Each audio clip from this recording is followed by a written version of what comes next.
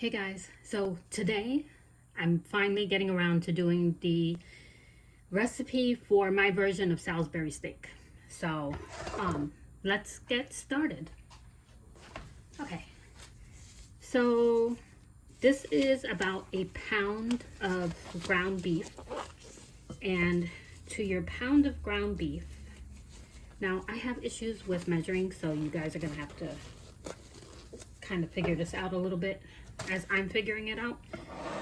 But to your pound of ground beef, you're going to add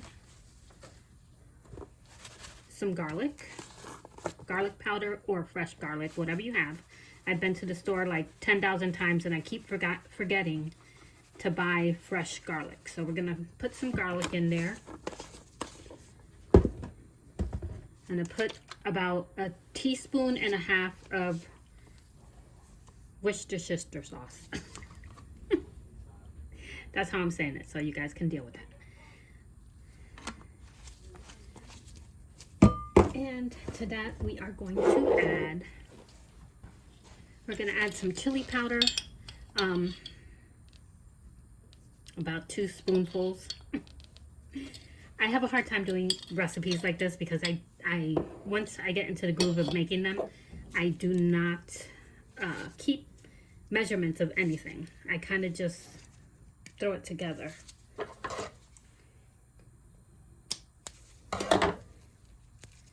And then to this we're going to add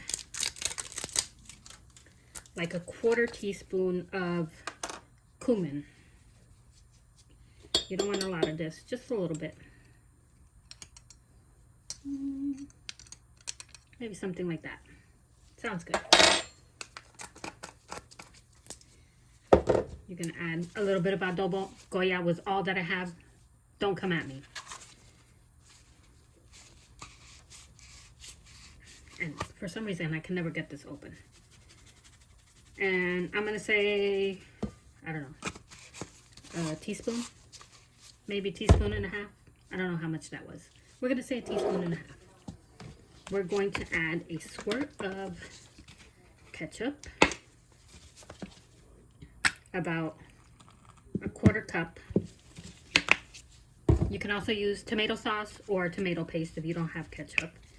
And just a little squirt of mustard, about 1 teaspoonful.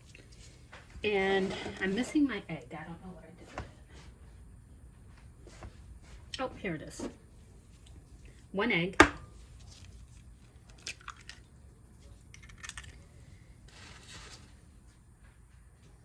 And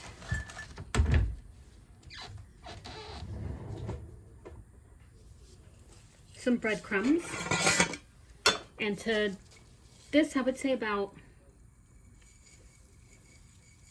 I don't know, 1/4 cup of breadcrumbs.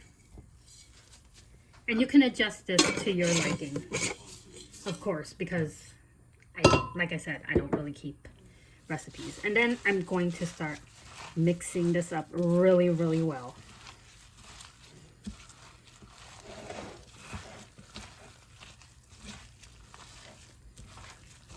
And you want those seasonings to mix into all of the meat.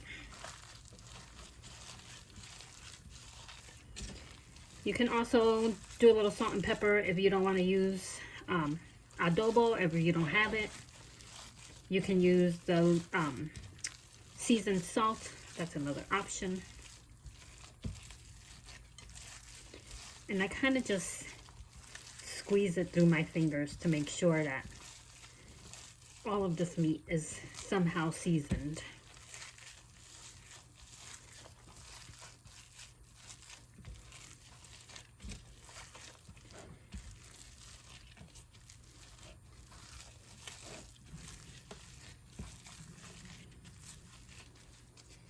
And then once it's fairly well mixed, I add about, I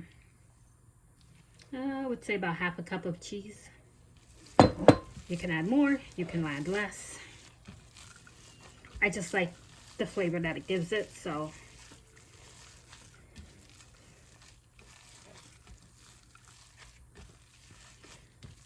So this is what we're doing. For a minute I thought I did not turn the camera on, but I did. Okay, so once that is all set, you have it all nicely mixed. Doesn't have to be pretty, because we all know how I am about that. Okay, so once that's done, I am going to now get a small onion, and I'm going to chop that into fairly small pieces. Okay guys, sorry about that. I had to fish my onions from the car because I forgot them in there. It is freezing out there. Alright, so I'm gonna take a little onion, and you can get a bigger onion if you want to. It doesn't have to be this small. Just nobody in my house really likes onions, so I always, except for me. So I usually take, well, let me rephrase that. They like the flavor, they just don't like seeing them in the food. So I cut them as small as possible. But you can do big chunks, you can do little chunks. It really is dependent on what your preference is. So we're gonna just chop this up, and it doesn't have to be, again, perfect.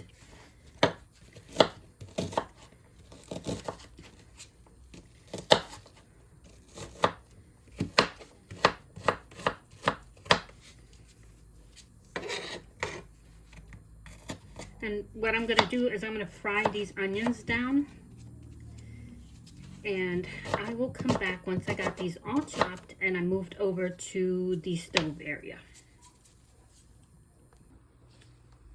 Okay, so I got my big pot, and I am going to just get that heating up, and just going to take some olive oil. That in there, and then we are going to saute the onions. Just make sure they don't burn. Put them on a low heat until they're sauteed up.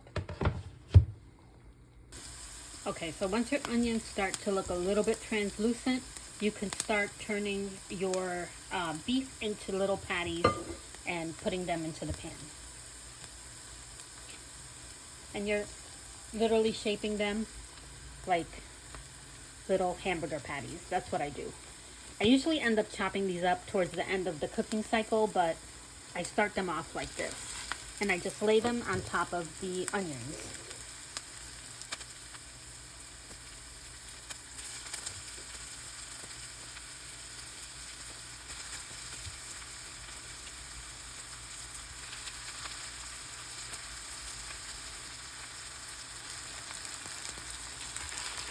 Okay, and we're just gonna let these cook for a little bit in here.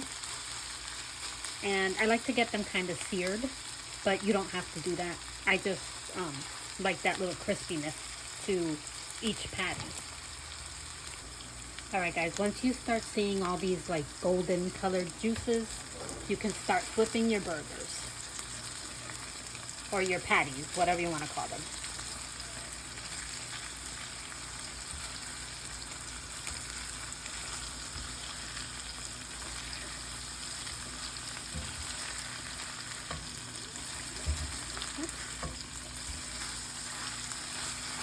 And then let them cook for a little bit more on the other side. I do about 5 minutes for each side. So while I'm making the beef, I also had some potatoes boiling, and I'm just going to mash them up, and this is going to be our side for the Salisbury steak. And sometimes I use the potato ricer, but I have issues with that because since my hands don't work very well, it's very hard for me to grasp the potato ricer. So I use one of these.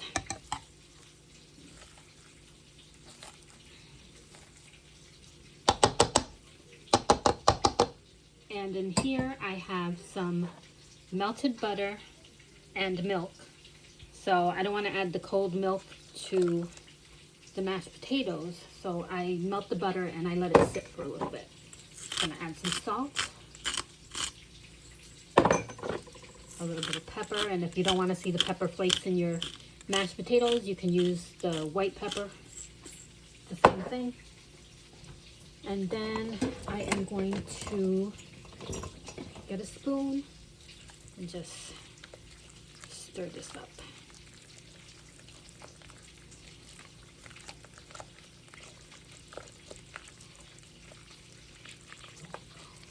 And I could probably mash these a little bit more, but I think they're fine like this. Let me just mash them a little bit more.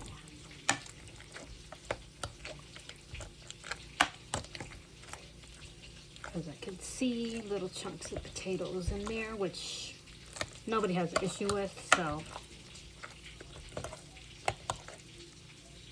Okay. And then I'm going to set these aside while I finish making the meat. Okay guys, so once your meat is looking nice and brown, I know there is oil in there. I do not take the oil out because we don't eat this very often, but if you want to drain some of the oil out, you're more than welcome to. I don't. What I do is I take a packet of brown gravy, or you can use canned gravy, whatever you prefer. And this is going to be mixed into a cup of cold water.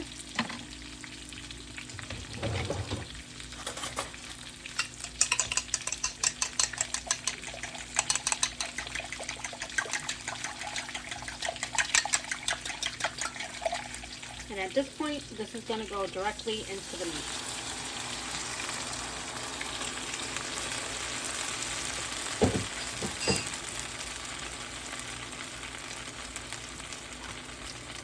Now, this is where I start chopping the meat up into pieces. You don't have to do that. You can just leave the patties like they are. But this is just how I prefer to make this.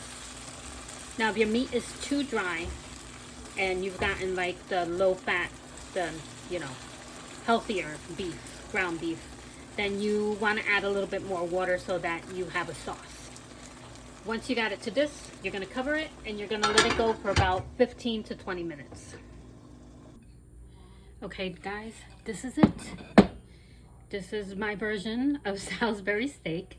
Again, I'm not good at measuring stuff out. I just go with the flow. If you want a healthier version, you can always drain the fat off of the meat if you want to. I don't, because I feel like that gives it the best flavor, and it's not something that we have every day. This is kind of like one of those specialty type of meal things for us. So that's that. If you give it a try, let me know, and as usual, give me a like and a follow so I can build this channel up like I had my other one, and I would really appreciate it. So until next time guys, enjoy your mock Salisbury steak. Bye.